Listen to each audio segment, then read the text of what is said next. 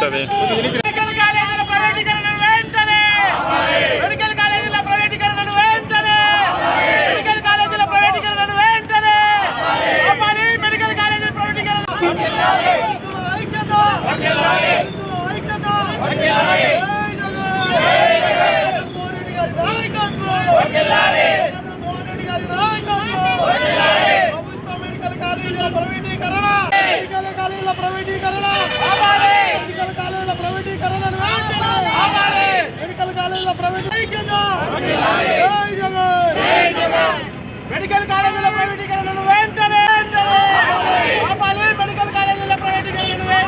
ఆపాలి. మెడికల్ కాలేజీల ప్రైవేటీకరణను వెంటనే ఆపాలి. కూటమి ప్రభుత్వం దళితులపై దాడులు ఆపాలి. దళితులపై దాడులు ప్రైవేటీకరణ ఆపాలి. ప్రభుత్వ మెడికల్ కాలేజీ ప్రైవేటీకరణ ఆపాలి. ప్రభుత్వ మెడికల్ కాలేజీల ప్రైవేటీకరణ ఆపాలి.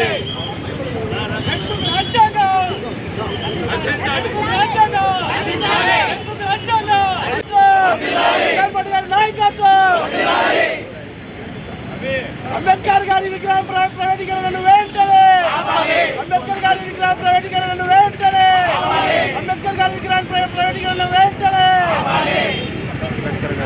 నాడు నేడు అమలు పరచాలి. విద్యార్థులు నాడు నేడు అమలు చేయాలి. విద్యార్థులు నాడు నేడు అమలు చేయాలి. ఆరోగ్యంలో నాడు నేడు అమలు చేయాలి. వెంటనే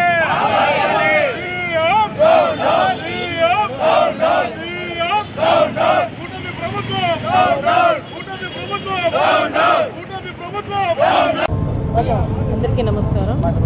ఈరోజు మనమందరం కూడా ఈ 16 నెలల కూటమి ప్రభుత్వం పాలన ఏ విధంగా ఉందో అందరూ చూస్తున్నారు. జగన్మోహన్ రెడ్డి సార్ తన టెన్యూర్లో 19 నుంచి 24 వరకు 2 ఇయర్స్ కోవిడ్ పోయిన తర్వాత కూడా ప్రజా ఆరోగ్యం పట్ల, ప్రజా సంక్షేమం పట్ల ఆయన తీసుకున్న వినూత్నమైన నిర్ణయాలందరూ కూడా అందరూ చూస్తున్నారు, అందరూ గర్విస్తున్నారు కూడా. ఆయన పాలనలో మేము పనిచేసినందుకు మేమంతా కూడా గర్వపడుతున్నాం. ఎందుకంటే యాజ్ అ డాక్టర్ కూడా మేము గమనిస్తే మెడికల్ అండ్ హెల్త్లో ఎంత గొప్ప సంస్కరణలు కానీ, ఎన్ని జాబ్ ఆపర్చునిటీస్ కానీ జగన్మోహన్ రెడ్డి సార్ టైంలో వచ్చినంత మనం గతంలో ఎప్పుడు రాలేదు. ఇంతకుముందు మనం చూస్తే ఓన్లీ 11 మెడికల్ కాలేజెస్ ఉంటే జగన్ సార్ అధికారంలోకి రాగానే 17 మెడికల్ కాలేజెస్కి శాంక్షన్స్ తీసుకొచ్చి ఒక 8,500 కోట్లలో దాంట్లో 5 మెడికల్ కాలేజెస్ని కంప్లీట్ చేసి, ఇంకా పులివెందుల, పాడేరు 2 పూర్తిగా కంప్లీట్ అయిపోతే ఈ కూటమి ప్రభుత్వం అధికారంలోకి వచ్చిన తర్వాత వాటిని కంప్లీట్ చేసి నిర్వహించకుండా వచ్చిన మెడికల్ కాలేజెస్కి ఎన్ఎంసీ 50 సీట్స్ పర్మిషన్ ఇస్తే కూడా నిర్వహించలేమో అని వెనక్కి రాసిన ఘనత ఈ కుటుంబ ప్రభుత్వంది. ఇంకొక 5,000 కోట్లు పెడితే ఈ మిగిలిన మెడికల్ కాలేజెస్ కూడా పూర్తి అయిపోతాయి, వాటిని ప్రజల్లోకి తీసుకొస్తాము, బీద బిక్కి అందరూ ఎవరైతే కనుక డౌన్ ట్రాడెడ్ పీపుల్ ఉంటారో వాళ్ళందరికీ ఉపయోగపడుతుంది అన్న విధానం లేకుండా వాటిని పీపీపీ మోడ్లో ప్రైవేటీకరణ చేయడానికి ముందుకెళ్తున్న ఈ ప్రభుత్వ విధానాన్ని వ్యతిరేకిస్తూ మేమందరం కూడా ఈరోజు మా పార్టీ అధినాయకుడు వైఎస్ జగన్మోహన్ రెడ్డి గారి పిలుపు మేరకు దళిత సంఘాలందరం కూడా ఈరోజు ఈ కార్యక్రమం చేయడం జరిగింది. మేమందరం కూడా దళిత నాయకులం అందరం కూడా మేము ఈ ప్రైవేటీకరణను వ్యతిరేకిస్తున్నాం. ఎందుకంటే ఇప్పటికి కూడా సొసైటీలో డౌన్ ట్రాడన్ పీపుల్ ఎవరైతే ఎక్కువ శాతం ఇంకా ఎస్సీ ఎస్టీ పీపులే ఉన్నారో వీళ్ళందరూ కూడా ఏదైనా ఒక ఆరోగ్యం బాగాలేనప్పుడు కార్పొరేట్ వైద్యానికి వాళ్ళు వెళ్ళలేరు. సో వాళ్ళందరికీ కూడా ఒక మెడికల్ కాలేజ్ అన్నది వస్తే సూపర్ స్పెషాలిటీ సర్వీసెస్ వస్తుంది. ఎప్పుడు ప్రొఫెసర్స్, అసిస్టెంట్ ప్రొఫెసర్స్, పీజీస్ అందరూ అందుబాటులో ఉంటారు. మెరుగైన వైద్యము మెడికల్ కళాశాల వస్తే ఆ చుట్టుపక్కల ఉండే ఏరియాస్ అందరికి కూడా అందుతుంది. అది ప్రజలకు ఎప్పుడు ఒక గవర్నమెంట్ ఒక సర్వీస్ సెక్టార్లో చేయాల్సిన బాధ్యత గవర్నమెంట్ది.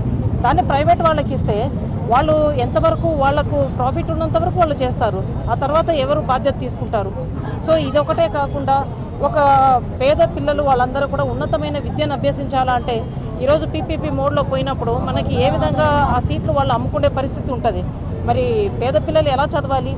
సో గవర్నమెంట్ డెఫినెట్గా వాళ్ళ డెసిషన్ని వెనక్కి తీసుకునే వరకు మేమందరం వైసీపీ పార్టీలో ఎస్పెషల్లీ ఎస్సీ సెల్ విభాగం నుంచి కూడా మేమందరం కూడా పోరాడతాం. ఈరోజు కడప జిల్లాలో మా ఎస్సీ సెల్ అధ్యక్షులు వెంకటేశ్వర్ల అన్న ఆధ్వర్యంలో మేమందరం కూడా ఈ కార్యక్రమం చేయడం జరిగింది. ఇది ఒకటే కాకుండా విజయవాడ నడిబొడ్డులో అంబేద్కర్ గారికి ఇచ్చిన గౌరవం మనమందరం కూడా చూస్తున్నాము.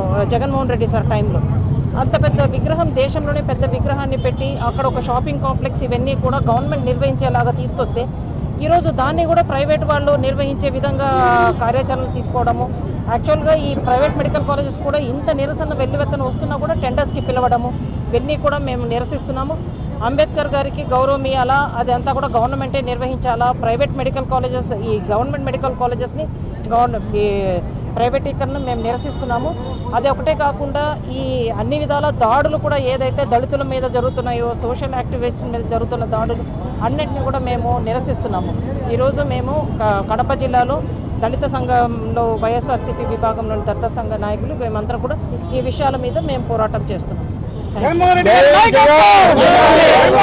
ప్రతి ఒక్కరూ తప్పనిసరిగా యూట్యూబ్లోకి వెళ్ళి కడప వార్తను లైక్ చేయండి, సబ్స్క్రైబ్ చేయండి. ఇట్లు మీ జి రమణయ్య, ఎడిటర్, కడప వార్త.